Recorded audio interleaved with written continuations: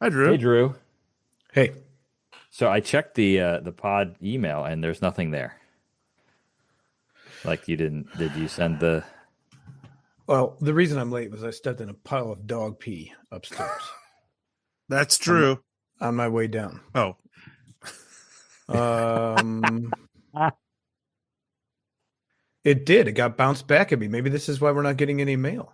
Oh no, we're getting mail because I forwarded Brian Miller's I don't know if you saw it, 100, but he yeah, that was he nice. he is all about the holiday, the Yule stuff. 100 albums podcast at bertislow.com. 100 albums at bertislow.com. No podcast. Oh, well, it jumped The me to the wrong email then. the 100 albums podcast.com is the website. What's going on here? Well, So So here's the thing. I when you sent that text to the group and said, "Hey, I've got an ad," I was like, "Thank God," because Drew, you may not have seen it, but Ryan has seen at least a draft of what Ron wrote, and let's just say it's very Ron. We'll It's let Ron read it. yeah, we'll let Ron I have that one. I tried to do some editing today, and I just got it. And this message might be dangerous, is what it says at the top in big red good Lord. bold. I was a little worried. I was like, damn it. Am I going to have to be like, hey, guys, we can't do this. I'm going to get fired. Like, I can only This, imagine what comes out of Bron's okay, wait, I'm brain. gonna share. I'm gonna share and show you this. Look, look at this. Downloading this attachment is disabled. This email has been identified as phishing. Oh, you're talking about mine. I thought you meant Yeah, Ron's. what you just sent. It's like, nope, you can't do that. Hey, you want to do this? It's a school night. Yeah. Let's talk about Uh, Madonna. let's talk about Madonna. How about it? She drinks like a beer. Like a beer. Belched for the very first time. Okay. 100.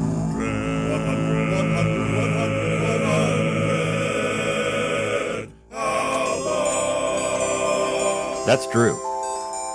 That's Ryan. Hey, where's Bert? Wait, Bert's over there. And this is the 100 Albums podcast, where we discuss the ins, the outs, and the absurdities of a poster that depicts 100 seemingly random albums. Hey, guys. Hey, Hi. Just try to understand. I've given all I can, because you got the best of me on the podcast line. oh, Or, It Oh, even rhymes choices? this week. but you make me feel shiny and new, like a podcast oh, published for the very first time. the visual Even on that better. was fantastic. Yeah. Oh, Fans, you might notice you're missing a voice I was here. just gonna say, where's Ron? Why isn't Ron with Well, us? I got an update from him. He was hoping to be able to record with us tonight. But well, it's actually kind of an interesting story if you know Ron. So they have a swear jar in their house, and they've been building it up. And unfortunately, Ron, he swears a lot, so it ends up collecting a lot of money. They're just getting, you guys remember we were talking about they're looking at a vacation Mhm. with all the Yeah. coinage, but the jar upon jar upon jar of heavy swear jar coins actually pulled Ron's house off the foundation. And so he's just dealing with that mess. The sheer weight of it. I guess when the civil engineer came by, he's like, "You've got a real problem." And Ron's like, "Hey, we're putting money in every time I fucking swear." And he's like, "No, it's not the swearing. It's you can't place this much weight on one side of your house." So anyway, I fear that the vacation money from swearing is going to go towards fixing his house, but he's got his hands full with that. So Ron, we miss you. Yeah, we miss you, Ron. I'm actually kind of surprised that with all that swearing, he can't buy a vacation home. Well, anyway, here we are at album number 50 as we continue going through the 100 albums that appear on a poster that Drew got a couple of years ago from his wife, Lisa. Oh my God, you guys. We're halfway Yeah. there. This is the halfway mark. Are we living on a prayer? We're living on something.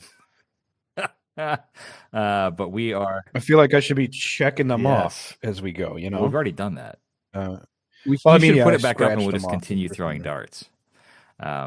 Yeah, That might not work out very well. yeah. But hey, we for a review, for those of you who may not understand what we're doing here, we first went through this poster, all 100 albums. We listened to each album and then shared our thoughts and reactions with each other via video chat.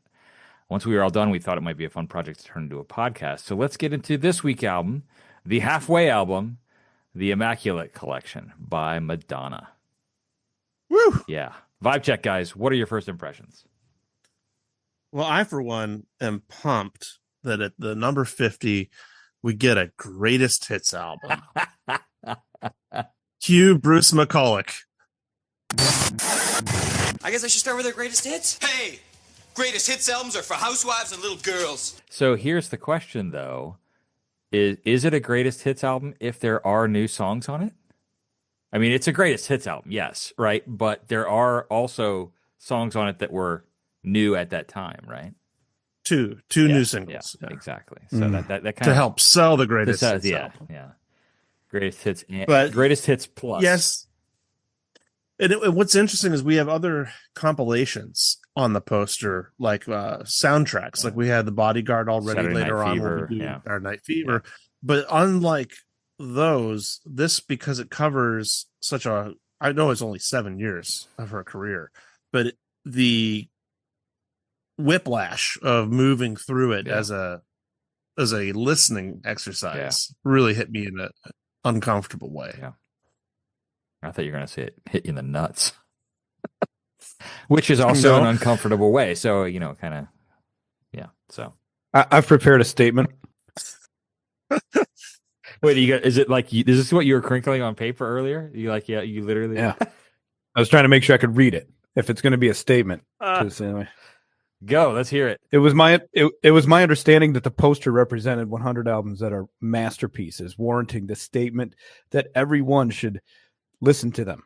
And we've certainly come across several true masterpieces with more to come. The inclusion of this best of compilation, no matter the justification that will surely come up in this conversation. Oh no. Oh no. I'll fix it in post. A list of hit songs is neither fair nor welcome in a finite display of masterful albums. This is not a comparison of careers. That said, I'm here for the general discussion of the songs included therein.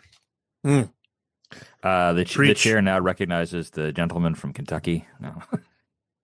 Feels like we're in a congressional hearing. I have a prepared statement.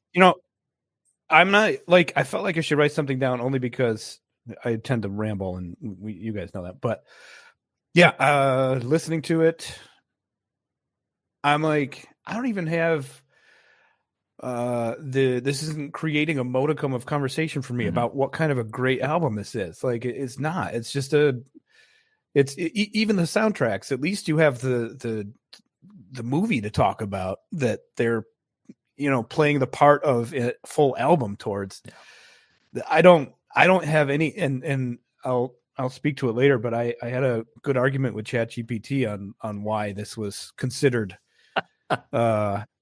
a feasible record for this poster. I explained to the thing what we were doing, and it kept trying to gaslight me that it was a good idea. ChatGPT is gaslighting you. I love that image. You're absolutely right, though, Drew, and because none of the other artists that we've discussed, many of them had great selling greatest hits album, had the benefit of saying, here's the best stuff cherry picked from my career to represent. And since we talk about how things listened to as an album, this for me is very unsuccessful as an album. I'm not, first of all, I was surprised it was ever released as a record. Mm-hmm. That blew my mind because this just screams CD to me. Yeah. Pre-streaming, when you just want to pick whatever song you wanted. Yeah. Because you're never sitting down. You're like, you know what? I'm in the mood for Lucky Star, and I want to hear Justify My Love in the same sitting. Yeah. They are not the same world. It almost has they're the all great hits. Yeah. But they don't necessarily belong. I mean, we're talking about 8 different albums are represented on this, right? Yeah. So But anyway, It best in an argument of just what is it, which isn't why we're here, is to me is that like a cool display, like a museum display of a person's sound is in it, how it changed throughout the years. But Yeah, no, I think you know. I largely I agree with everything you guys are saying. What I found really interesting was as I was doing the listen this week, more than one time, I'd be at work and a colleague would come into my office and they go, "Oh, Madonna." And I'd be like, "Yeah," and I'd explain kind of what we were doing and this kind of stuff. And so it was on in the background largely. I will freely admit I did not do a headphone listen this week. I did car and I did office. And as I had it on in the background, it was fun, right? Because every once in a while I'm doing some work or I'm having conversations and like a virgin will pop in the background.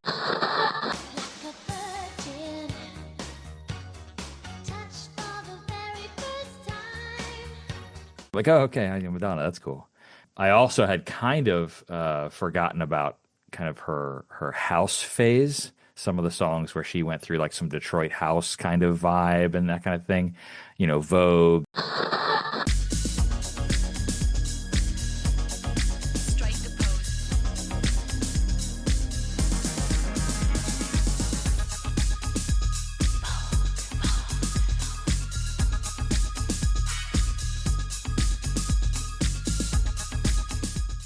And express yourself.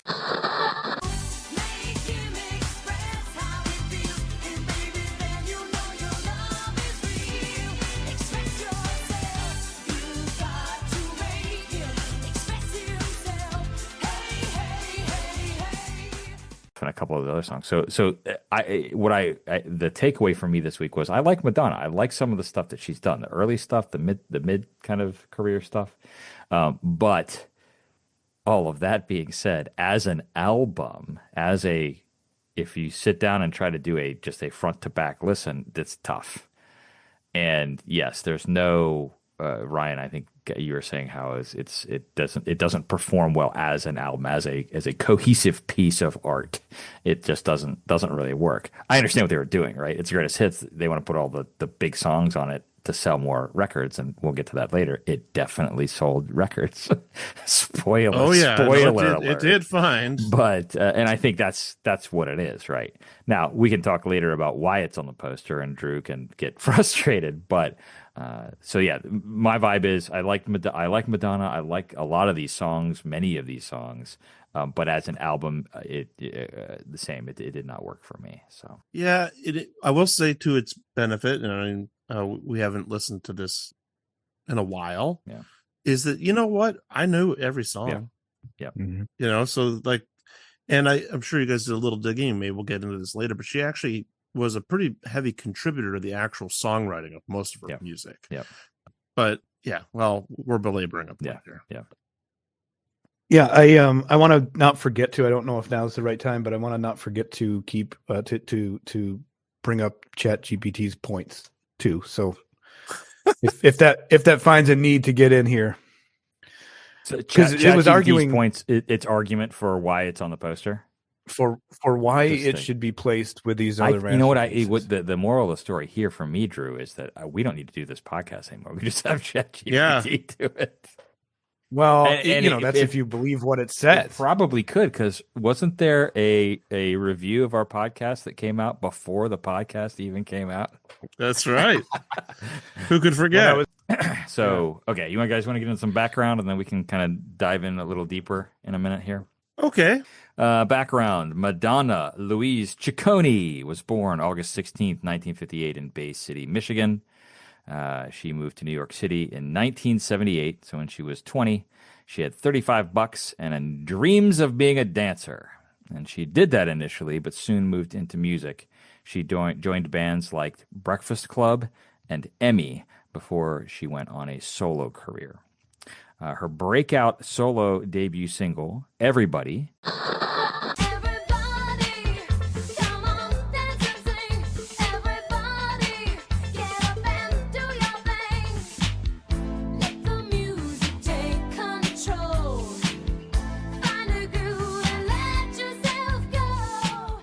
came out in 1982. It was a club hit. Her debut album, Madonna, came out in 1983 and included hits like Holiday,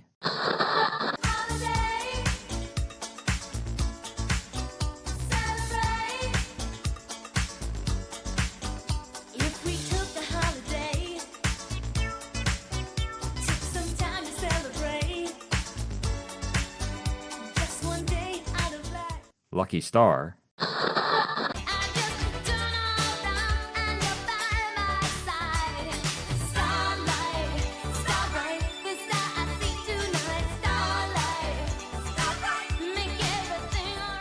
and Borderline.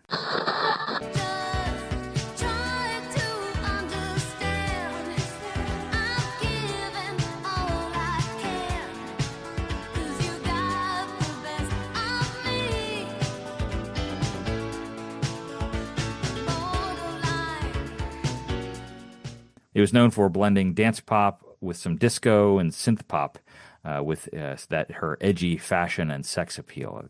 She became, really well known for in her career. Like a Virgin came out in 1984. It was produced by Nile Rodgers. I did not know this prior to doing this research. I didn't realize Nile Rodgers had hands in this, which is awesome. Yeah, it's cool. Hits were from that album were Like a Virgin,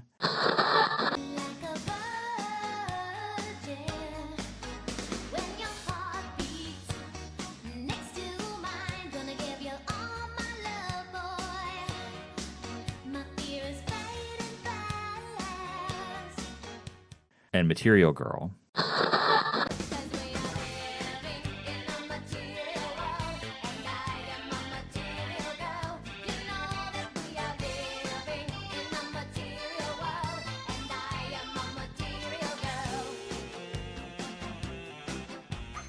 And her performance at the MTV Video Music Awards in a wedding dress was kind of her solidification as a cultural icon. Her next album, 1986's True Blue, revealed a more mature sound. The hits on that album were Papa Don't Preach,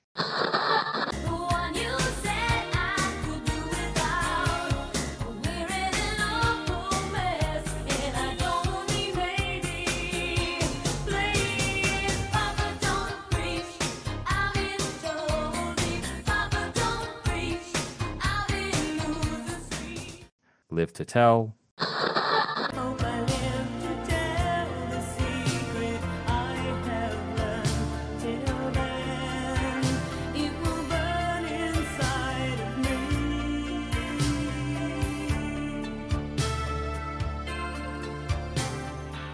Open Your Heart,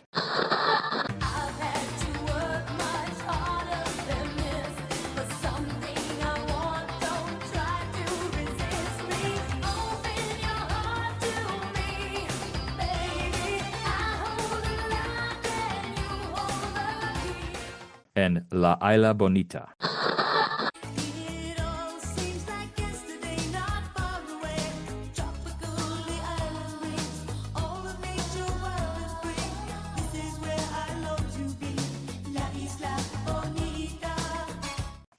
And True Blue.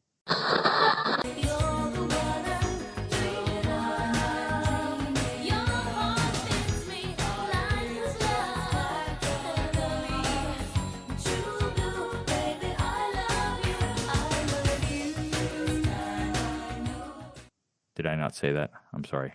It was in my list, and yeah. Oh, did you? I know I didn't. I said the album was True Blue, but I didn't mention. I didn't mention the title track. Yeah, it was a pretty good hit. This is also around the time when she started to get into films. She was in Desperately Seeking Susan in 1985, and she was also in Who's That Girl in 1987. 1989 gives us her album Like a Prayer, critically acclaimed, with both religious and sexual themes. So it was relatively controversial at the time. The hits there were Like a Prayer,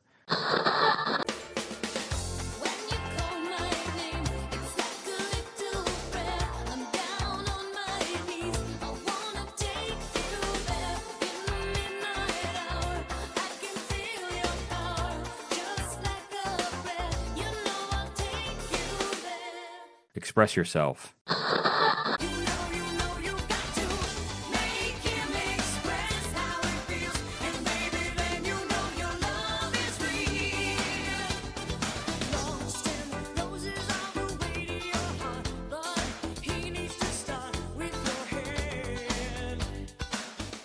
and Cherish.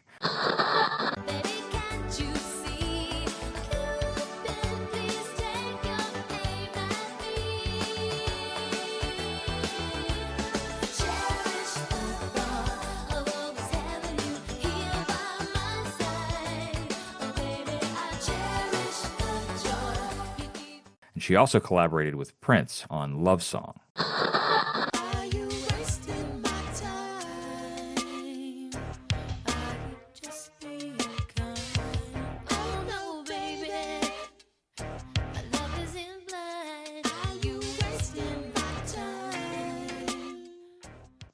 Then, in 1990 is when we found the Immaculate Collection, and we'll talk about that more deeply here in a minute. 1991 saw Truth or Dare, a documentary film about her Blonde Ambition tour. Erotica in 1992 was bold and controversial, and it was released alongside her explicit sex book. Bedtime Stories in 1994 put a more R&B and down-tempo spin on her music. The hit from that album was Take a Bow. Take a bow, the night is over, this masquerade is getting older, lights are low, the curtains down. It was also her longest-running number one hit in the United States. 1998 saw her album Ray of Light, which was a reinvention, blending electronica, ambient, downtempo, and spirituality in her music. It was a major critical success. It won 4 Grammys. The hits from that album were Ray of Light. She's got herself a universe gone quickly, for the call of thunder threatens everyone, and I feel like I just got home, and I feel Frozen. you're frozen when your heart's not open. You're so consumed with how much you get. You waste your time with hate and regret. And The Power of Goodbye. No more heart to bruise.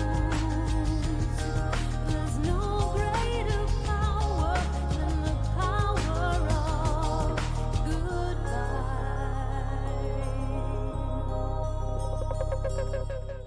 Incidentally, as an aside, this is when I stopped. I don't know anything from Madonna's catalog beyond Ray of Light. That's when I kind of tuned out, so to speak. Yeah. And I think in her discography, you missed one. Oh, I did? 1990, she recorded an album that was accompanied to the movie Dick Tracy called I'm Breathless. Yes. About being Breathless Mahoney. Yeah. Which was all stuff in the style of the movie, except it was also the first appearance of Vogue. If the music's pumping, it will give you new life. You're a superstar. Yes, that's what you are. You know it. Come on, let your body groove to the music. Hey. That's right.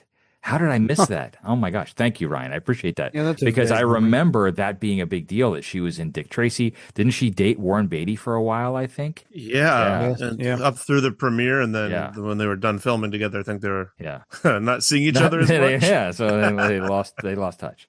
So in the 21st century. Oh, and she made a Oh, go ahead, Drew. she made a late appearance some point after Ray of Light when she made out with Miley Cyrus to get them both a little more Yeah.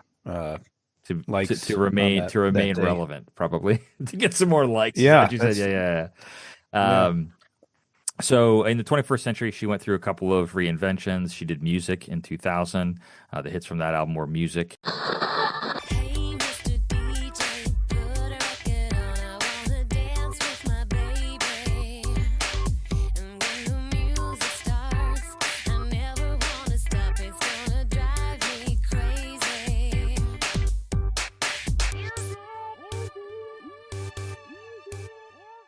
And Don't Tell Me. Don't tell me to stop. Tell the rain not to drop. Tell the wind not to blow.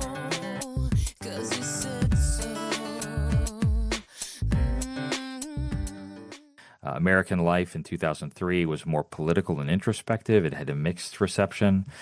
Confessions on a Dance Floor from 2005 was a return to like disco and dance pop roots. And then in more recent years, she released MDNA in 2012. That was an EDM-focused album. Rebel Heart in 2015. Madam X in 2019. And then she did a world tour in 2023, 2024 called the Celebration Tour, which was a retrospective of her greatest hits. So the Immaculate Collection, the album we're talking about, was released on November 9th, 1990. It is a greatest hits compilation released on Sire and Warner Brothers Records. The title is a play on the Catholic doctrine of the Immaculate Conception, again, tying into kind of Madonna's religious-themed aesthetic that she had over the course of her early parts of her career. It was presented as a retrospective cleansing, in air quotes, of her hits, immaculate versions of her songs, and promoted as a collection of her greatest hits remixed for the 90s. So what they did was most of the songs on the album that were the greatest hits songs were remixed using Q sound, a 3D audio processing technique. Gives the illusion of surround sound, even though you're only using two speakers. The result was a remastered and slightly altered versions of her classic songs, giving them a more modern spatial feel without fully doing a re-recording of each song. Q sound, by the way, very interesting. I mean, short-lived because they did a second version of it about, shortly after that. But the Q sound algorithm actually had a much bigger impact in the world of video games. So most of the major video games systems that happened in the 90s were using Q sound. And you can read lots on that. I accidentally did because it's fun to read. But really, only about 60 albums had releases in Q sound. It was a very short-lived concept and what's really for the world of recorded music. I'm going back through my notes from other albums that we've done recently, and I can't remember which one it was. It wasn't Fleetwood Mac. Was it Eminem? Eminem's too far beyond that. There was another artist another album that we've talked about where Q sound came up in my research, and it wasn't quite as relevant as it is here because they redid the album here. It's the greatest hits and whatever. But there was some other. I'll have to go back and see if I can find it. But there was some Q sound appeared previously in some of the research that we'd done. So I went through the list, and there was really, I think the only one that I had owned that was in Q sound was Soul Cages by Sting. Poor child is locked in the fisherman's yard, a bloodless moon where the oceans die. The shoulder night stars hang fire in the nets, in the chaos of cages where the crayfish lie. There wasn't a lot of it wasn't on my radar. Yeah. Q sound. yeah. Stuff. Yeah. So what?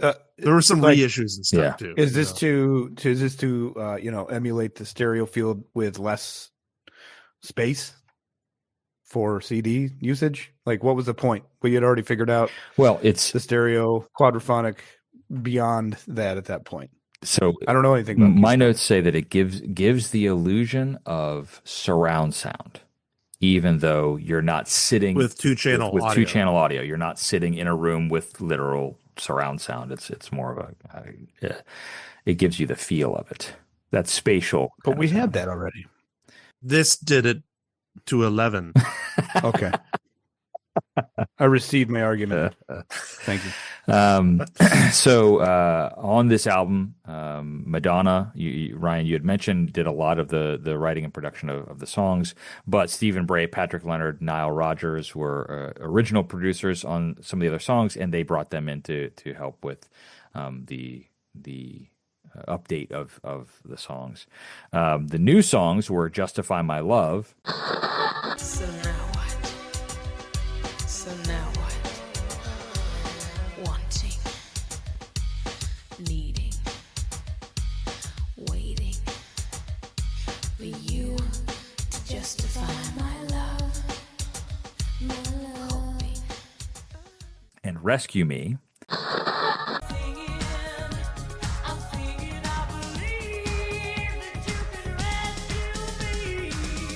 you I'm not a little girl, with you I'm not a man. When all the hurt inside of me comes out, you understand. Justify My Love, didn't realize this, co-written by Lenny Kravitz and Ingrid Chavez. I didn't realize Lenny Kravitz was on this jam. So many tears I've cried, so much pain inside. But baby, it ain't over till it's over.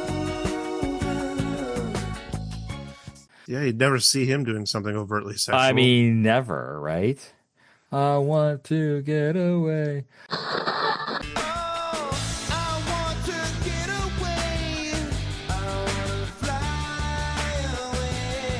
Yeah, yeah,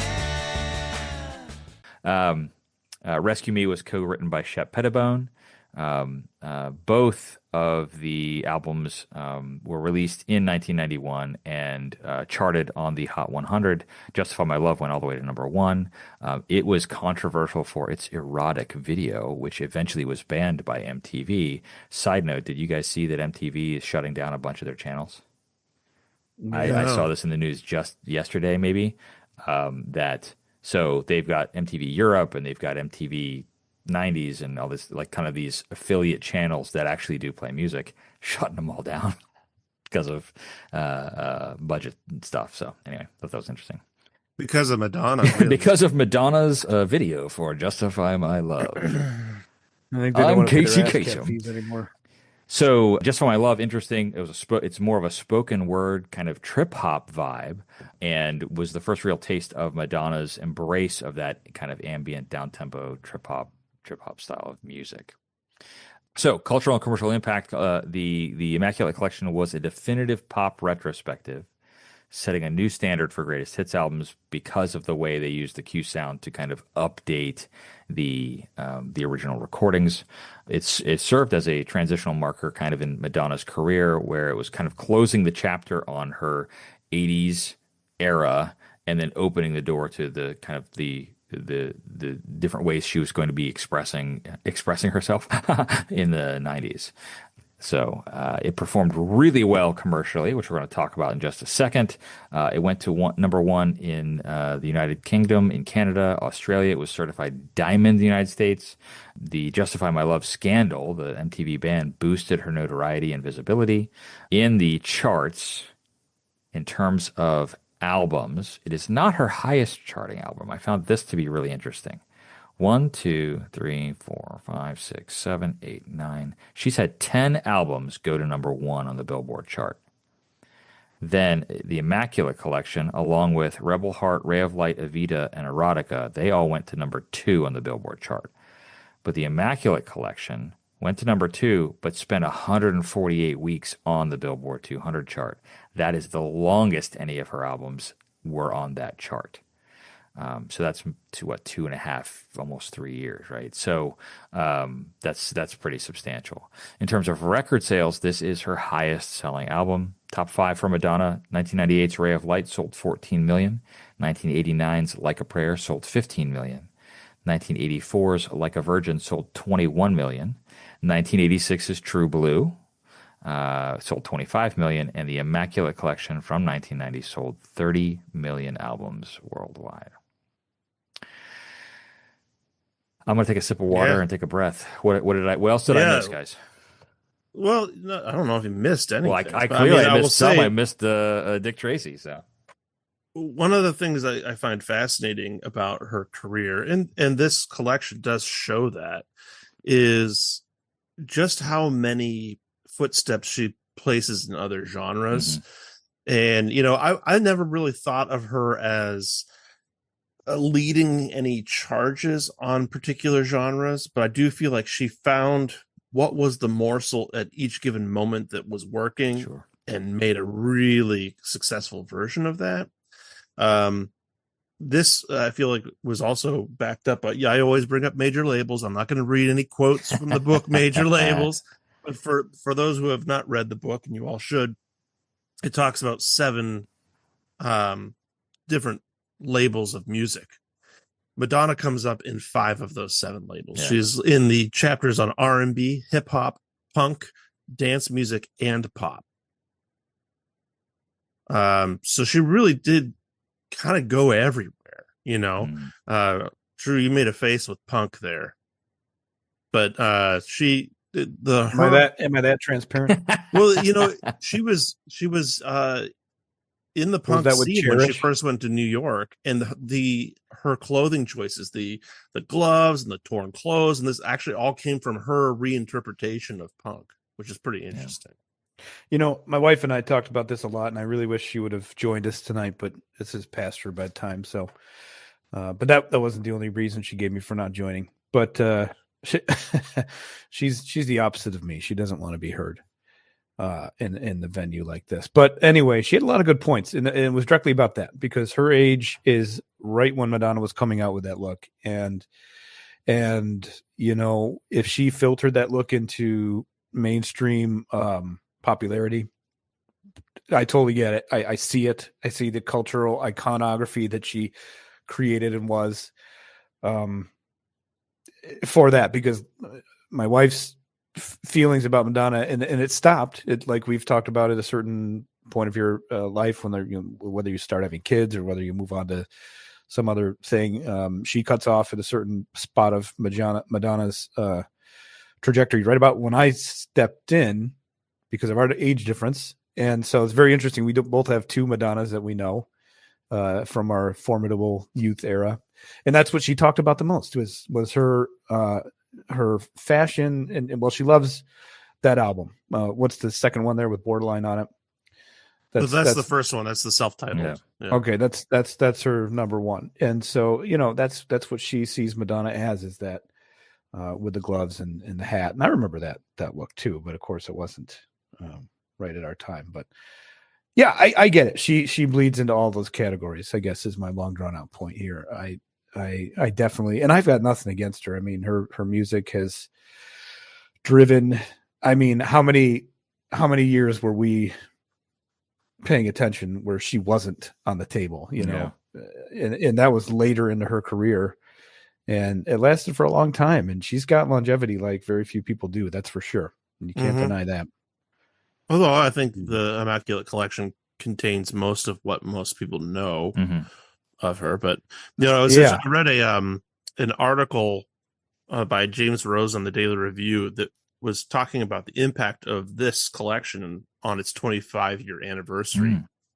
And actually, I'll just read what he had to say this little bit here, because I think it's interesting. It all sounds like it's been there forever, but it hasn't. Female artists singing about more than pleasing their boyfriends and being pathetic is not standard. The career of Madonna tracks a large curve in the arc towards strong female lyrics and a power persona. In pop music, her influence is unmatched. Her Immaculate Collection, released in November 1990, tells one of the major storylines in the progression of women artists in popular music. And a lot of the article kind of makes these connections between everything that came out of this album to your Katy Perry's, to your Taylor Swift's, to, you know, all these Lady Gaga, these big pop, Lady Gaga, exactly. And you can't, you know, this is the setting the ground for that, you know, in so many ways. Well, I think too, that's a great point, Ryan. And I think that Madonna was one of those artists who, for years to come, then others emulated, not just musically, but like the aesthetic, right? Oh, I'm going to do these things, you know, to be edgy, or to put my stamp on things. So I mentioned Lady Gaga. I mean, there's a clear line between Madonna and Lady Gaga.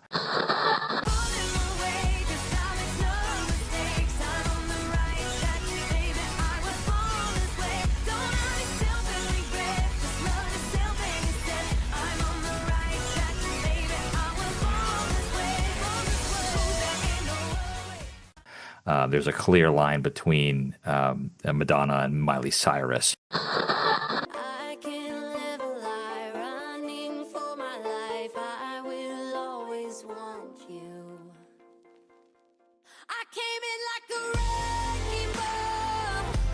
I never hit so hard in love. You know, they're the artists who, you know, either were kind of pushing the envelope in the fashion world as well as doing, having a music career and that kind of. So there's a lot of, kind of that. She was laying the groundwork for a lot of that, particularly for female artists, but I think for lots of other artists, Mm-hmm. I don't want to decry that point, or debate that point, but I will. Maybe she laid the groundwork, but I don't think that she, and this album showed it to me, because I don't know a lot of her album by album full body of work stuff. I don't. And regardless of the argument of the album, having all of the greatest hits, doing this project with the critical listen that we've forced ourselves into to bring up, at the very least, a conversation for an hour, I didn't see great efforts towards certain things musically that I would see in Lady Gaga's work. Lyrics, I mean, some of the lyrics on this album are empty. And a lot of the times I felt like it was making a song, kind of free improving a song in the studio over a club beat. I don't mean to diminish it, but that was the feel I get. So, well, yeah, some of it is definitely function, though. Over, I get it, and I'm not critiquing for that. I'm just saying, like, if she is being regarded as the godmother, so to speak, of all of these people, then we should make sure to point out their talents in another conversation sometime, because I think they far exceed what Madonna did. No, I did. I felt like it came up short to me when I was really digging in on this and going, okay, so even back to the simple Holiday, like just this fun pop song. I'm not trying to tear it apart, but the lyrics, man, it was as poppy as you can get, because they're just clear. But whatever, I guess. I mean, that wasn't what it was about. People weren't pulling it apart for that. So I don't know. Maybe I should just stop. So I think some of the her sexual innuendo is actually really clever. Like in song. I know we're not into the song by song here, but like Into the Groove.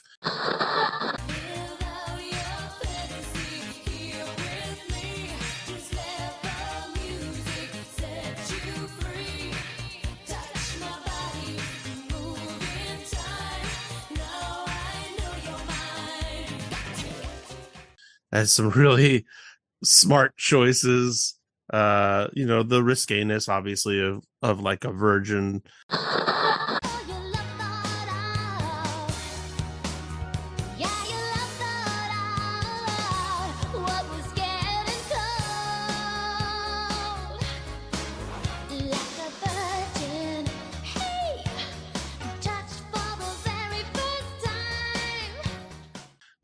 Everyone talks about that, but I also think that even songs like Borderline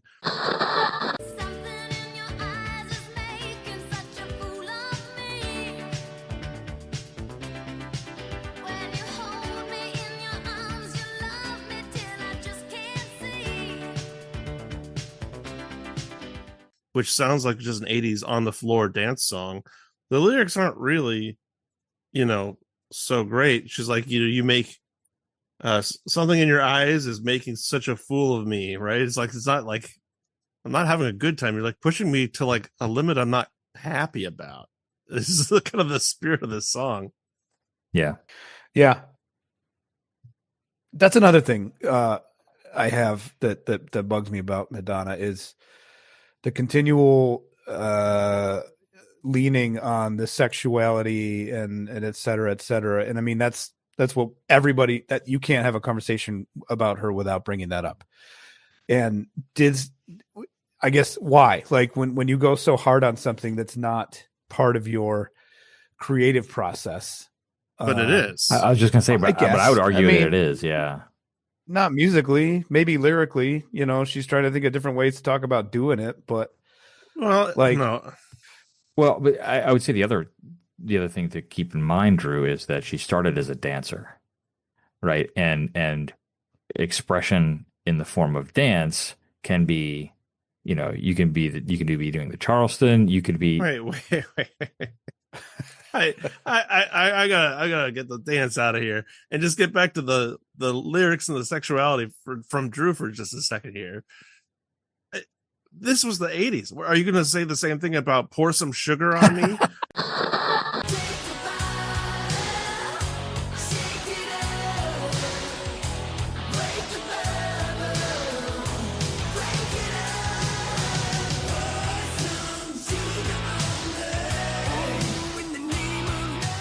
And every fucking song was about sex in the 80s. Or is it just because she was an attractive woman to boot? I mean, like, well, now don't get all, I'm asking a legit question here, No, I get it. I get it.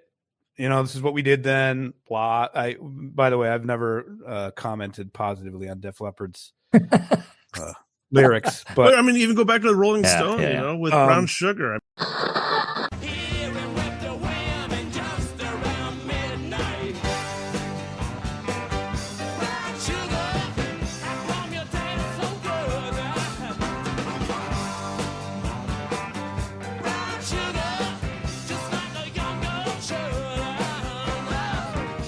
I mean, like, it's rock and roll, man. But Madonna literally made it her image, and it was everywhere she went. And I'm just saying, when somebody, even if it wasn't sex, even if it was like blueberry pie or something, when you're leaning on that, I don't know. I feel like that's what your gasoline is to stay at the top of the charts. You know what I mean? To stay in the conversation. I think there's something to that, Drew. But I also would say too, one of the things about Madonna's career for me that's always been, I don't know if fascinating is the right word, but interesting, is this dichotomy between she really wants to be sexually expressive, but she's also got this religious. So it's kind of this battle between, hey, I want to be progressive and show my sexuality and embrace my sexuality and the sexual being that I am, but also I'm Catholic, and I felt like maybe she felt repressed growing up, or felt like there were things in the church that don't jive with this artistic part that so that there's this the imagery in all of her videos was overtly sexual and overtly religious. Like, it was just kind of this weird kind of tension. And yet she was she was on the bandwagon to crucify Sinead O'Connor. That's right. Too. She was. That's right. If you go back, what are you going to do when you're born named Madonna? Yeah, right. Like, you don't have a lot of options. I mean, she had. I stand behind my point, and religion goes the same direction with that, because she did that a lot too. And it's like, but anyway, in positive ways, I know she did great things for women's sexual liberation rights. You get into the gay category of activism, and of course all of that stuff. Okay, and it's all of that aside. I'm just saying that I think when it becomes your identity, I question your musical. If we're sitting here comparing these 100 albums, Yeah. I mean, I think it's good to have a theme. I mean, when we listened to The Chronic, Biatch. it was the identity was drugs and alcohol and sex, and that was the theme, and they hit it as hard as they could, a lot. Creeping down the back street on G's. I got my Glock cocked cause niggas want these. No soon as I said it, seems I got sweated by some nigga with a Tech 9 trying to take mine. I just think it is a marketability thing, but and it's not for everyone. I mean, think, Drew, it's not that your thoughts here aren't valid in that way, right? It just doesn't hit for you the way that I just don't know why you don't you. like sex. You see, neither of those are really necessarily what I'm saying here. They're no, I'm telling you, the music. I'm sounding overly critical because I'm, definitely trying to drive a non-one-sided conversation. Nobody wants to listen to that, but also I'm true. I mean, I've always felt that way. Like, I get it, and certainly she's attractive. Certainly, the video for what was it, Like a Prayer with the statue? Was that the one when we were kids? Yeah, statue with a statue of Jesus Christ blood. Oh yeah. Yeah. I watched that a lot. Yeah, But I'm just saying, like, I don't know, whatever. Yeah. No, and I want to separate. Becomes like a broken record. I want to separate that theme with the critique I will later have on the actual music, because that's different from me. Yeah. But Yeah. maybe this is a good stop. I was just going to say, We're getting, it's getting a little hot in the room. I feel like this is a good spot to hear from this week's sponsor. And I know, Drew, you got this one. So do you want to tee it up? Is there anything we need to know about? It's a new sponsor. So yay, new sponsor, everyone. Woohoo! Yeah, no, I was in the convenience store, actually Walmart, picking up some supplies for school, and I was hungry, so I was down in the snack aisle and I saw this new product, and they had a QR code. I zapped it, and they said, "Hey, we'd love to jump on your podcast," and they sent me a audio right away to include on tonight's episode. So just from a QR code, that's amazing. Advertising's so fascinating these days.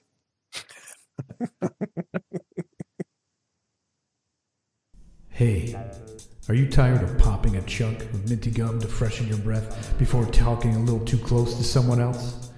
What's ever been the deal with that icy cool flavor breath anyway? Who says that should be the bar for positive breath, flavor, and smell? You know, like, the more I hear this guy talking, this is something I've been wondering about my whole life. I want to listen more. It's been a long time since I've been worried about this subject. Dominate your breath with hot gum. The only chewing gum that can dissolve plaque, and in the same breath, see what we did there? Clear a room in the napalm-esque emissions from your pie hole. Is something burning? Oh my god, I'm suddenly sweating and nauseous. Each stick of hot gum is packed with enough pepper power to make your tongue text for help. It's not just spicy, it's life-changing. Our proprietary blends of chili extracts and all things heinous are engineered to remind you that pain is the past of pleasure, and that the taste is not something to take for granted. How brave are you, really? Well, I thought I could handle anything spicy. Now I can see the future. Hot gum, available in 3 blistering flavors. Lighted up lava, chewy cayenne, and regret. I was wondering what it would be like to taste something that was supposed to be sweet, but instead it was hot. Warning, do not chew near open flames or before making important life choices. In consumer testing, 9 out of 10 participants described hot gum as something they would never forget. The 10th is not currently speaking. Did you call our lawyers?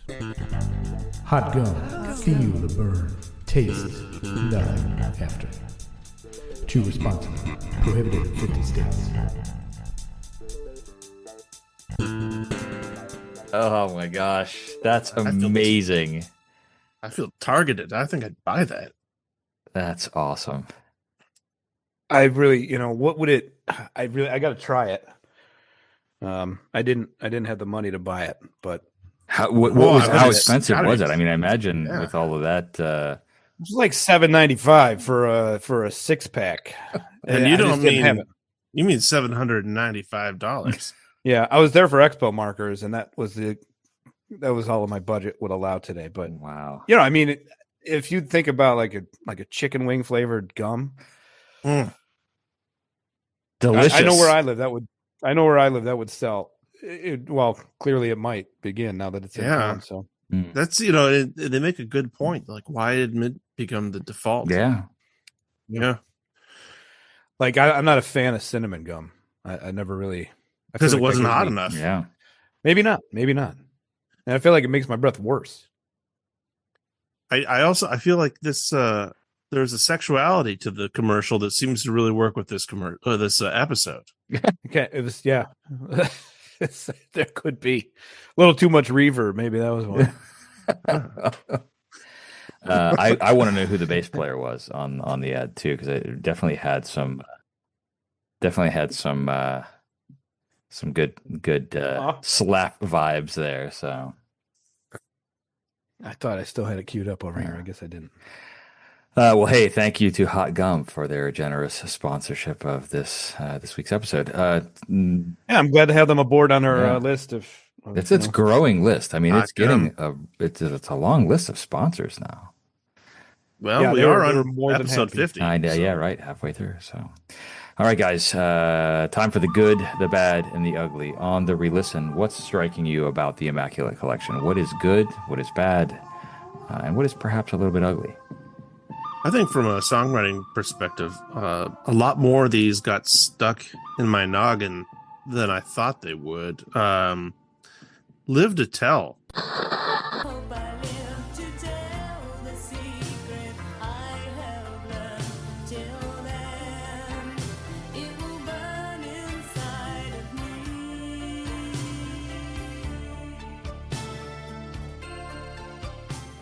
Has been stuck in my head probably the most. In fact, I was charming probably only me the other day by playing it on the trumpet. It'll make a really good ballad. But it's got a good melodic shape. It's a little bit outside of the poppiness of some of the other stuff that's represented here. I feel like the quasi disco dance era of Madonna is maybe strongest for me. So Holiday, Lucky Star, Borderline, and some of the synth sounds that are used on that were, I thought, really pleasant. Generally, I think the arc towards the future, the closer we get to 1990, the less interested I think I am in her input. Or in her output. Sorry, Madonna, you can tell me whatever you too, want. you know. Sorry. But like La Isla Bonita, I've always hated that song. Warm wind carried on the sea, he called to me. Te dijo te amo.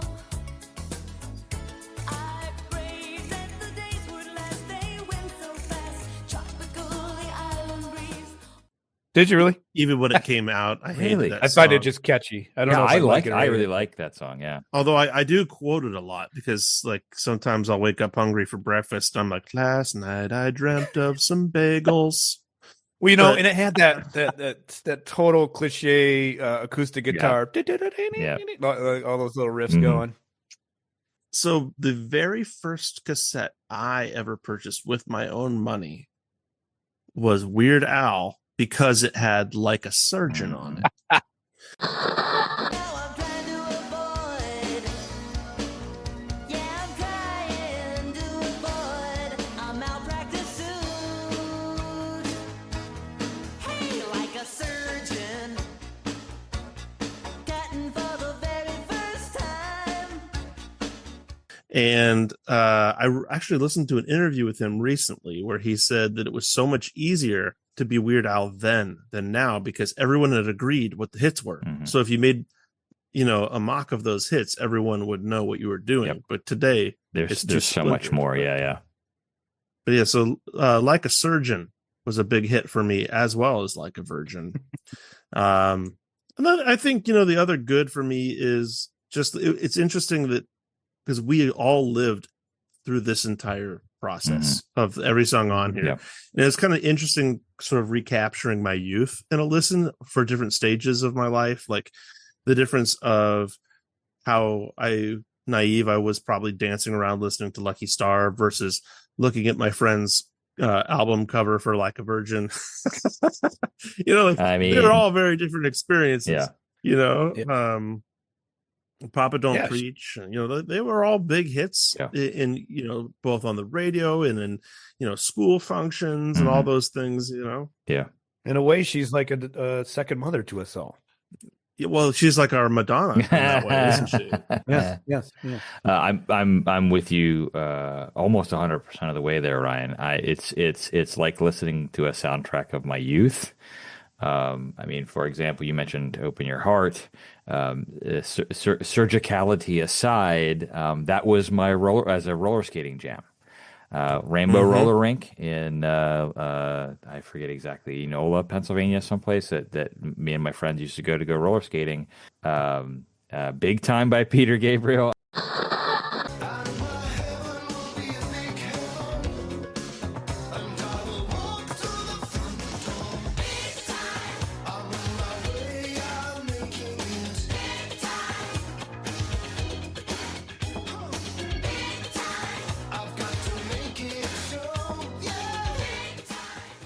There was a lot of that era kind of music, but Open Your Heart was one of those songs that I distinctly remember lapping the rink and listening to Madonna.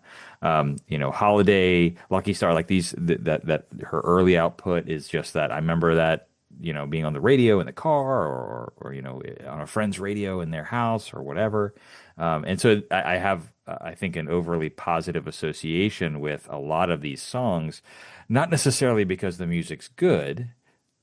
I think it is generally, but I think more because of the nostalgia that it evokes. And we've talked about that, in previous albums that we've talked about where it evokes this nostalgia. Oh, I've got positive memories associated with things. And then, I feel that go ahead. that same roller skating vibe, memory and quality aside, like Forever Your Girl, the Paul Abdul album, which I think had to have been right around the same time period. I think it was a little bit, probably around like a prayer time. I think so. Yeah. Without a doubt. And that had like the one step forward, two steps back. I like it quiet, and I love to shout. But when we get together, it just all works out. I take 2 steps forward, I take 2 steps back. We come together, 'cause opposites attract, With what's that cat's name? The Scat Cat. Scat Cat. Scat Which, Cat. I was going to say the cool cat. I'm not sure I love that name. A little bit different when you're an adult, you know what I mean? So, no, I think you're absolutely right. That album is another one where it's like, again, the music might not objectively be the best music around, but I have this nostalgia associated with it and that kind of thing. So, we're also talking about, I mentioned that these tracks are from 8 different albums in 7 years. Yeah. So that's that's pretty some output. pretty good output. Yeah. I mean, where I get disappointed as a podcast enthusiast now, whatever you want to call us, is people who research these things on purpose. Is I feel like it was a lost opportunity to pick one of these seminal albums so I could hear the other tracks, so I could dive in a little deeper and find out what was, because I don't know. The song, most of the songs that aren't on here. I know a couple that were hits that didn't make it onto this collection for reasons. But like it would have been really interesting to hear all of the Like a Virgin album. Agreed. Or the whole True Blue album. Or the soundtrack to Vision Quest, which had Crazy for You, apparently. I would have loved to have dived deeper into Hard Candy. I don't know. But no, I agree. But her debut album or Like a Virgin or like a Prayer, like any of those would have been good, I think, to do that deep dive and talk about her career, but specifically where she was at that moment in her career, as opposed to this, compilation, which kind of spans a much larger time span. The other thing that I'll say really quickly in the good is, unlike Ryan here, I do like some of the stuff that's coming into the 90s that I mentioned earlier at the top of the episode about kind of some of the house influences that she had when doing Vogue and Express Yourself and some of those songs. And I still really like those as well. But I also liked that kind of house music at the time. It was more mainstream by then. It wasn't like the underground stuff that you would hear in clubs or anything. It was the stuff that was on the radio now. But I still like that kind of driving beat, that danceable pop music. So that's my good. What did you guys think of the album layout? Because I found that really interesting. Originally released as a double LP, you have side splits. A ends with Borderline and begins with Like a Virgin, ends with Like a Virgin, begins with Material Girl, which is weird. Because Lucky Star lasts forever. Yeah, that is an extended cut for dancing. But what I found weird about that is Like a Virgin and Material Girl and Crazy for You are all on the same album. So you're splitting. Yeah. I think it even furthers my point of this being a really distancing exercise to listen to as an album, because then you switch entire records between 2 True Blue tracks, between Live to Tell and Papa Don't Preach. Yeah. And also, I mean, that's just weird, Yeah. Well, so and then they does it again between Like a Prayer and Express Yourself. Yeah. So it's a good exercise, Ryan. What if you had editorial capability in 1989? When they were doing this, how would you have laid it out differently? I think the if you're gonna do it this way, where it's actually gonna be on a record, which I still think they had to have been thinking about CDs when they made this. That's what we have. Um, We have this. We own it, and it's on CD. Yeah. I think you go ahead and just whatever. If you're gonna take it from one record, those get a side. You know, so even if you had to cut it short, which they would have never done there because they were greedy, Holiday, Lucky Star, and Borderline, that's their side A because they're all from the same album. Flip it over, you know, whatever fits on side B can be from Like a Virgin, you know, that kind of thing. So they're at least all from the same year. So you would have wanted to continue to group things kind of chronologically. Yeah, I think so. Okay. But I would at least on side to side kept them. Yeah, because I think any more disjuncted it would be even stranger. Why are you suggesting we go like Vogue into Material Girl into Bonita? Bonita Applebaum? Bonita Applebaum, you gotta put me on. Bonita Applebaum, I said you gotta put me on. Bonita Applebaum, gotta put me on. Bonita Applebaum, I said you gotta put me on. Bonita Applebaum, gotta put me on. Casa Bonita. Yeah. I don't know. I don't know because that was one of the things when I was listening to it. It was kind of clear that you're moving from album to album and era to era, almost style to style or influence to influence. And I thought to myself, you know, it might be more interesting of a listen to me if you're just throwing curveballs. It's almost like putting something on a shuffle, right? And to your point, was anybody buying this on LP? Right? I think everybody. Somebody was. Somebody was, but I think that of the 30 They were million definitely impressing them anyway. of the 30 million sold, it's got to be like mid to high 90% were on CD because that was, I mean, it was 1990, and that's when this technology was. And you could almost see like cassette. if you were like and not 100% Madonna fan, you could take your CD player and you could put this on, and then you remember you could program which tracks you wanted to play. So okay, I only want to hear number 3, 5, 7, 10, 11, 13. And then it would do it. Yeah. That's a good point. By the way, for young listeners, we used to have to do that. You couldn't just like go online and listen to what you wanted. It wasn't drag and drop. No. But, having this CD around would have been really good for mixtapes. Yes. Because everything you need is right there. That's true. Yeah. So that leads to my bad, but I haven't said my good yet. But start with your good, and then you can lead us into bad, Drew. As far as, we're doing all good. I don't know. Okay. Well, however you want to do it. I wanted to speak to that though. I feel like in a positive, I don't want to be Mr. Debbie Downer here. Want. I like the layout of the album for what it is. I think that's the only way that I am interested in digesting it for the purpose of it being a encyclopedia of her works from 19 whatever to 1990. Anyway, my good was Ryan. You said it. Live to Tell. Literally that song. I love that song. I always have. And I love a lot of these songs. Don't get me wrong, but that one has always hit extra for me as a song, and I've always just loved it. So that was my good. Simple. I meant to. What else? Well, I meant to say really quickly because I forgot to when I was talking about my good here a minute ago, Drew. I'm glad you mentioned that. The Live to Tell. I got Kate Bush vibes after having gone through Hounds of Love. However many albums ago that was, 5-6 albums ago, and not having been that familiar with Kate Bush, I was like, I can some of the synthy things that were happening. Very different artists, to be clear, but I heard some of the same kinds of vibes coming through in Live to Tell with Madonna. So I thought that was a little interesting connection. I wouldn't dispute that, but there's so much to celebrate for it.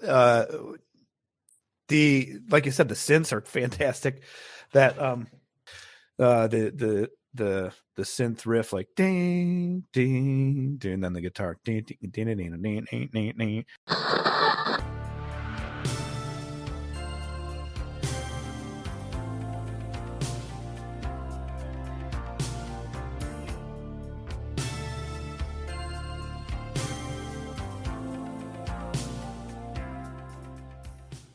There's so many little pieces to that song that are working that I think is so good, and that she my biggest gripe here tonight is that this album is on here because I think I know that she wrote a lot of material in her career, especially after she got going. And I feel like this shows, assuming she had a hand in this song, I don't know actually in particular, but it shows a side that I would be more interested in. So as one of you just said, it's a missed opportunity to have, not that we haven't been exposed to Madonna our whole lives, but no, but I've never really dig deep deep on her. diving out. Yeah, no. especially as an adult, I would have actually really enjoyed that process. And I wanted to, I apologize, I didn't have time to do this, but I wanted to also cross check which of these hits all had MTV videos behind them, because obviously that her career has so Great much point. to do with the birth of music video. And I can't help, I mean, I know I'm looking at Holiday did, Borderline did Lucky Star maybe? Like It a must Virgin did, Material Girl, very famous video. I'm not sure if Crazy for You did. Papa did, Don't Preach definitely did. Mhm. Isla Bonita, Like Mhm. a Prayer. I mean, most of these had hit videos associated with it. But this was also, or much of this, her early career in particular was the heyday of music television, of music videos. And then when you get into later in her career here in the 90s, that's when things start to fall off the cliff and it's all reality shows and crap, frankly. But Crazy for You does have an official music video. There you go. Does it? Nice. Looks like a live performance of the Actually, really cool. I like Crazy for You. Drew, what do you think of the syncopated bop bops? You know, they're like, ba, ba, ba, ba, ba, ba, ba, ba. Hey, we just sang together Those from are across nice. the country. I remember when I used to teach DL and we could not do things in perfect sync. That was awesome. Yeah, and that's a cool little moment in that song. Just like I love the opening of Borderline synth. That's a great noise. Yeah, there's so many good things, and I think the reason I'm a little sour on it, to say it again, is because it's greatest hits album. It's just the hits. Yeah. Man, you're not. You will get me only 100% agreement with you. You guys know how I feel about greatest hits albums. And I just want everybody to not hate on me because I'm like, email us up and say I'm a Madonna hater. Hey, if it's going to provide email, Drew, they can hate on you all they want. For the record, it's not fair to the other artists on the poster. Live to Tell was written by Madonna and Patrick Leonard, so that was one of her original. I mean, it comes off of True Blue, and every song on that album is co-written by Madonna. So she's the queen of pop, right? Like, right or something. Well, she has a moniker. Michael Jackson was king of pop. I don't know if Madonna ever had a moniker similar to that, a nickname or whatever that she. I mean, I think Michael Jackson gave himself that nickname. Yeah, I don't know. I've always thought she was. I get Queen of Pop. Queen of Pop redirects. She's a hit maker. If you Google Madonna on her Wikipedia page, Queen of Pop redirects. So you gotta. I mean, the thing is, if you do over the time of that era of pop, because we're in another era of pop, but it's very different. You cannot. And so she would always be the first hit. I mean, who else? Just it's the longevity. It's the amount of hits. I get it. I'm definitely not going to dispute that, but yeah, but I mean, she also, I mean, the untold story here, because we don't have the time to compare it to one album, which would be so much fun, is the influences of, where's the call out to Donna Summer on the self-titled album that's so clearly there, like I want to be able to have those discussions, and they kind of robbed us of that by giving us a greatest hits album. I think that's absolutely. So and that's why on you poster. That's the poster secret of today. Shame. Well, I got more. I got more to come on that. But as this album is a concept, I would like to bring up the bad, and that to me is the bad. Is that it? And maybe she had other artistic reasons for doing this, for creating this herself. Because I'm assuming she had all hands on deck involved in this project. Because of its high sales, because of, we have it ourselves on CD. I don't think we do, but we might. I don't know anymore. But people that own all of her records and just wanted to get those hits bought it again for that purpose. So was it nothing more than a money grab by Madonna at all? I mean, so I actually that's read ugly that to me. That's bad to me. I read that it was that was why they put on 2 new tracks exclusive to this collection, was because there were people who were collecting the albums already. Yeah. And I think to your point too, Drew, there were a lot of people who, like, I mean, I've been in this conundrum before when you're switching media.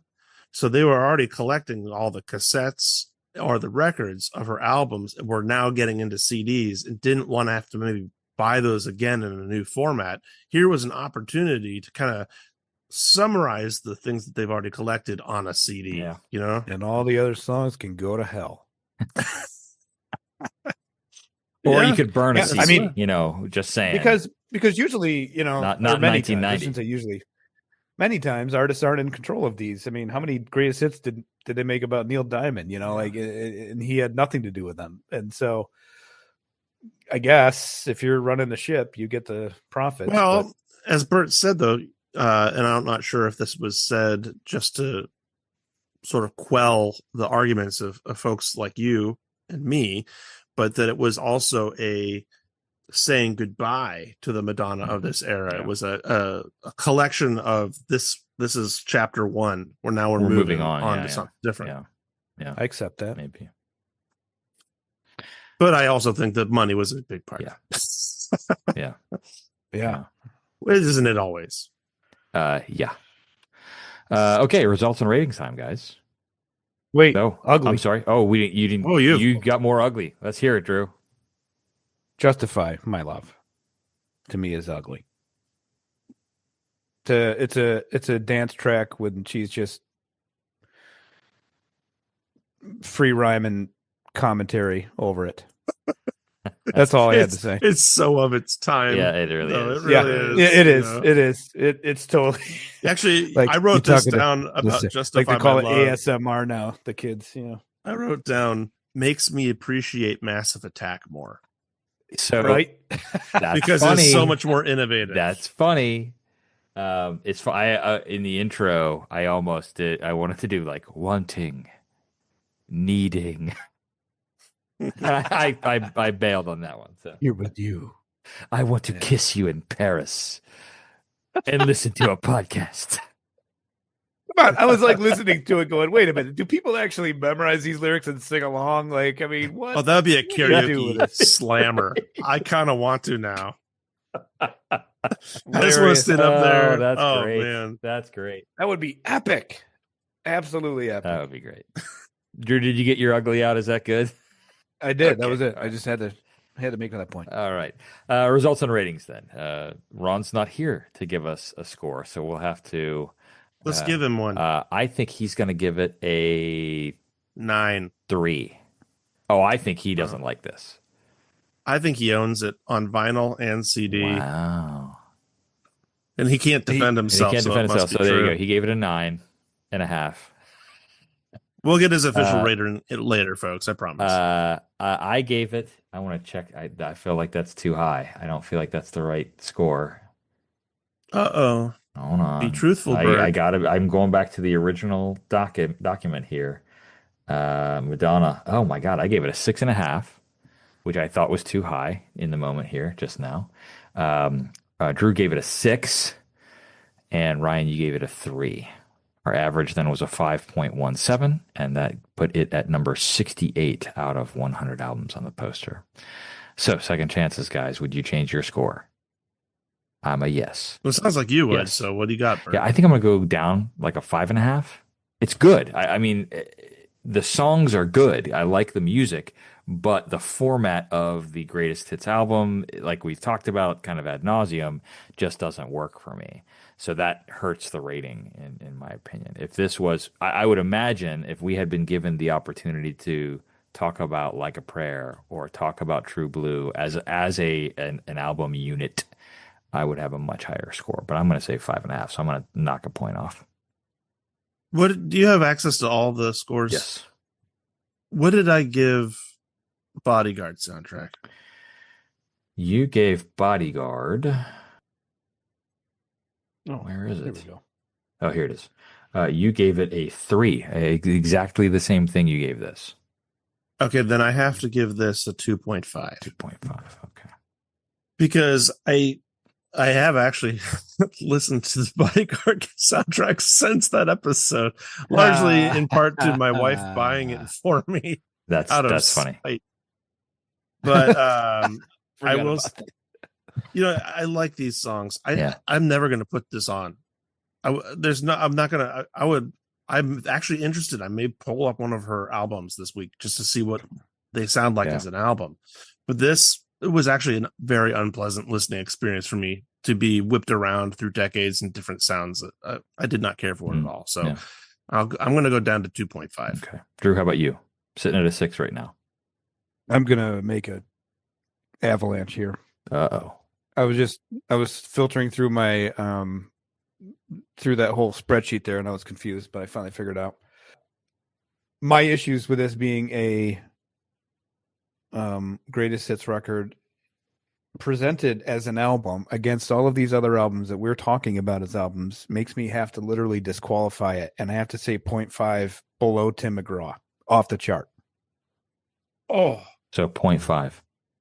or can you give it a 0? Can it get DQ'd? I mean, I don't know. I mean, this is personal. I don't want you guys Yeah. to DQ it. I just feel like I have to, like, I don't know. Like, I was listening right now. I'm behind on listening back to our old ones, and I'm right now on Dizzy Rascal, and we're talking about how much work this guy put into this record in his life, and blah blah blah, and maybe Madonna did that, but I wouldn't know based on this album. So I'm trying to be in a box of this poster, and that's my result. so we went Poster makes the rules. We man. went from a 5.17, just the three of us now. Ron hasn't weighed in, so his 9 may change the dynamic a bit. But we went from a 5.17 to a 2.8. Damn. Where's that Sorry, put it? Madonna. Yeah. So You should have put out a greatest hits album that outranked your other albums. Madonna. as Curtis Blow once said, "Dem's the breaks." That's right. That was Curtis Blow, right? Those are the breaks. Those are Those are the breaks. Clap your hands, everybody, if you got what it takes. Because I'm Curtis Blow, and I want you to know that these are the breaks. Okay, so we talked about that. So we talked about, do you own this? So, Drew, you think you guys might have it someplace? No, I don't think we have No. the Immaculate. Okay. We've got some Madonnas, and really, I was a 6 before. Yes. In a hypothetical world, I would have probably kept it around there. If it had been like a regular Madonna album. Yeah. I'm disqualifying this on principle. Yeah. Okay. Ryan, you said you 'Cause guys. I do like it. Ryan, you said you guys don't own this. We don't, but we do have the 2012 MDNA. Okay. Is that any good? I don't know. I've never listened to it. I think Liz bought it. We Yeah. probably listened to it. Yeah. I don't remember it. No, maybe I should put that on. Yeah. Hey, I just remembered I have a Madonna. Well, record. we've got this one on CD, and we've got Ray of Light on CD, and I don't think we have any other. We might have something older. I'm not sure. Maybe on like tape laying around. But I think I'm going to do. As we continue through the week here, I may put on some older Madonna stuff too, just to re-listen to those things. Okay, guys, it is time to go to Margaritaville. If Madonna had a chain restaurant a la Jimmy Buffett's Margaritaville, and it was themed after the Immaculate Collection, what would it be called, and what would the theme be? We got a couple. I got a couple too. How about you, Drew? You working on a couple while we talk? We'll see. I always forget this concept. Okay, I got Every week I I'll forget. give you my bad one first. It's a beach bar for alcoholics, and it's called Like a Virgin Daiquiri. Oh, Okay. okay. So it's a recovery. So people in recovery. That's right. They're sensitive to people in recovery, and so it's called Like a Virgin Daiquiri. I'm not gonna appreciate that. We need more of that, actually. I've also got a Southwest/Mexican cuisine restaurant called La Isla Burrito. Nice. There you go. I've got, speaking of Mexican food, a pop-up, which is a nice collaboration between Madonna and Taco Bell called Run for the Borderline. Oh, that's good. And then That's good. I've got a place called the Immaterial Grill. It's immaterial. It doesn't really matter how or if they grill it there. Just that they do. Little concept. But you could have gone with Material Grill, and it could have been. Oh, that's good. I like that. You could have gone a couple then- of directions there. I've got a candy shop where no two pieces of candy have anything to do with each other.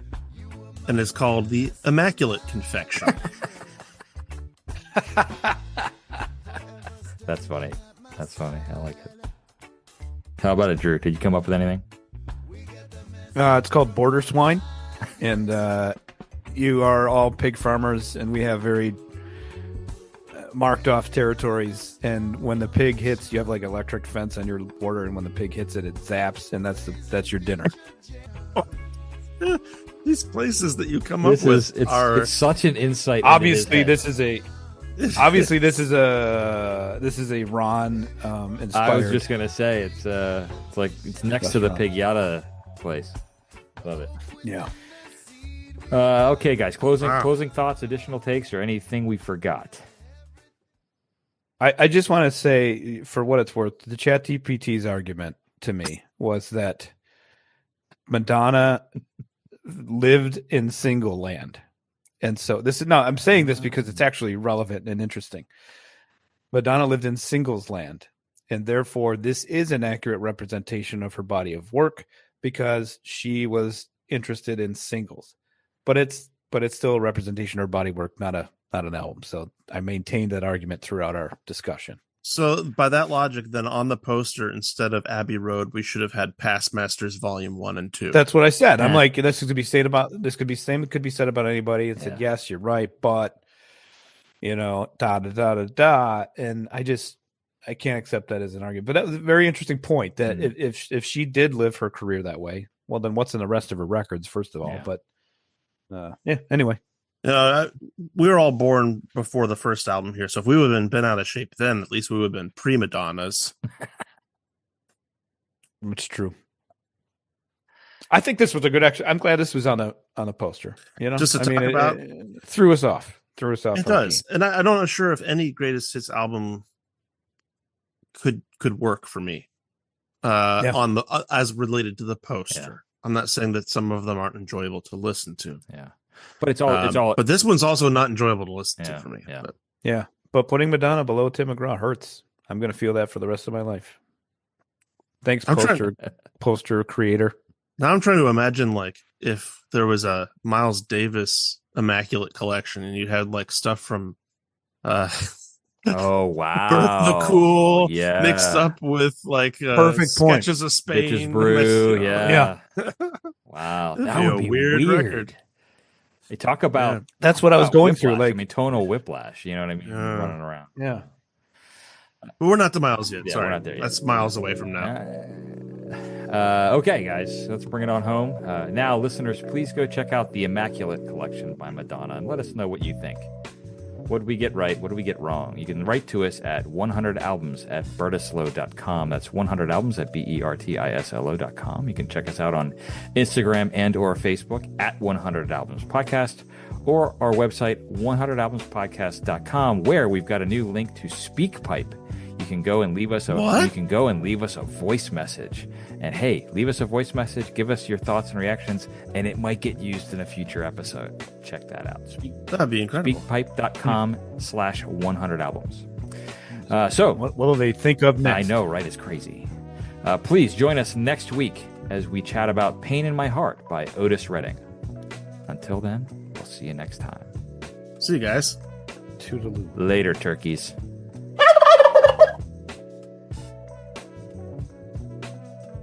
For Yeah, sure. express yourself and Vogue and Cherish, and those don't really do much for me.